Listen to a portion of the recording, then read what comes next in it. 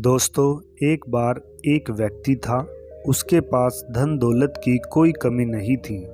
उसके साथ उसकी पत्नी व 2 बच्चे रहते थे। लेकिन एक दिन उस व्यक्ति को भगवान को पाने की लालसा जगी। उसने उस समय के हिसाब से वो हर काम किया जो उस समय के धर्म गुरुओं ने उसे भगवान को पाने के लिए कहा। उसने मंदिर बनवाए, देवालय बनवाए, दान पुण्य किया, फिर भी उसे ईश्वर कहीं नहीं मिले। फिर किसी ने कहा कि बड़े बड़े धामों की तीर्थ यात्रा करो।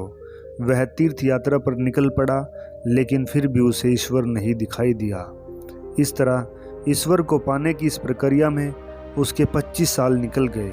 तब एक दिन वह महात्मा बुद्ध के पास पहुंचा और घुटनों के बल बैठकर बोला, हे बुद्ध, मैंने अपने जीवन के 25 साल ईश्वर को पाने में लगा दिए, लेकिन मुझे ईश्वर कहीं नहीं दिखाई दिए।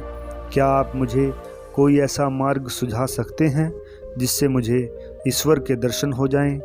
महात्मा बुद्ध ने कहा, तुम ठीक शाम को सूर्य छिपने के बाद मेरे पास आ जाना, तुम्हें ईश्वर के दर्शन हो जाएंगे।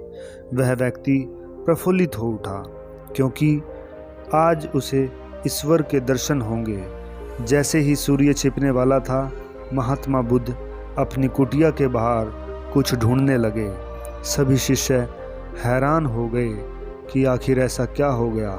शिष्यों ने पूछा, तथागत, ऐसा क्या गुम हो गया जो आप ढूंढने में लगे हुए हैं?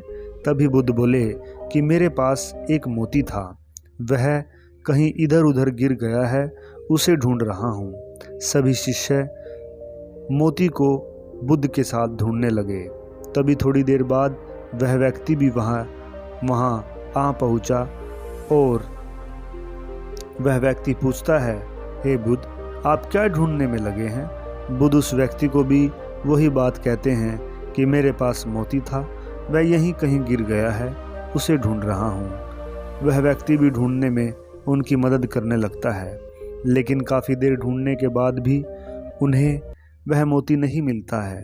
तब वह व्यक्ति महात्मा बुद्ध से कहता है, हे बुद्ध, आपने आखिरी बार वह मोती कहाँ देखा था?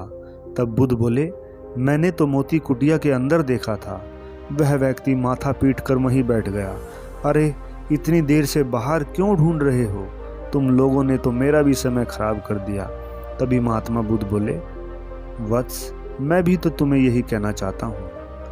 तुम 25 सालों से भगवान को बाहर ढूंढ रहे हो, जबकि भगवान तो तुम्हारे अंदर, यानी तुम्हारे मन की कुटिया में पहले से ही है। उस व्यक्ति को सारी बात समझ में आ गई और वह बौद्ध संघ में शामिल हो गया था। दोस्तों, आज हम भी भगवान को मंदिरों, गिरजों व मस्जिदों में ढूंढते हैं, लेकिन भगवान तो स्वयं हमारे अंदर है। हमें ज़रूरत है तो बस थोड़ा सा ग्रहणशील बनने की। जब हम ग्रहणशील बन जाते हैं, तब परमात्मा को पाना हमारे लिए आसान हो जाता है।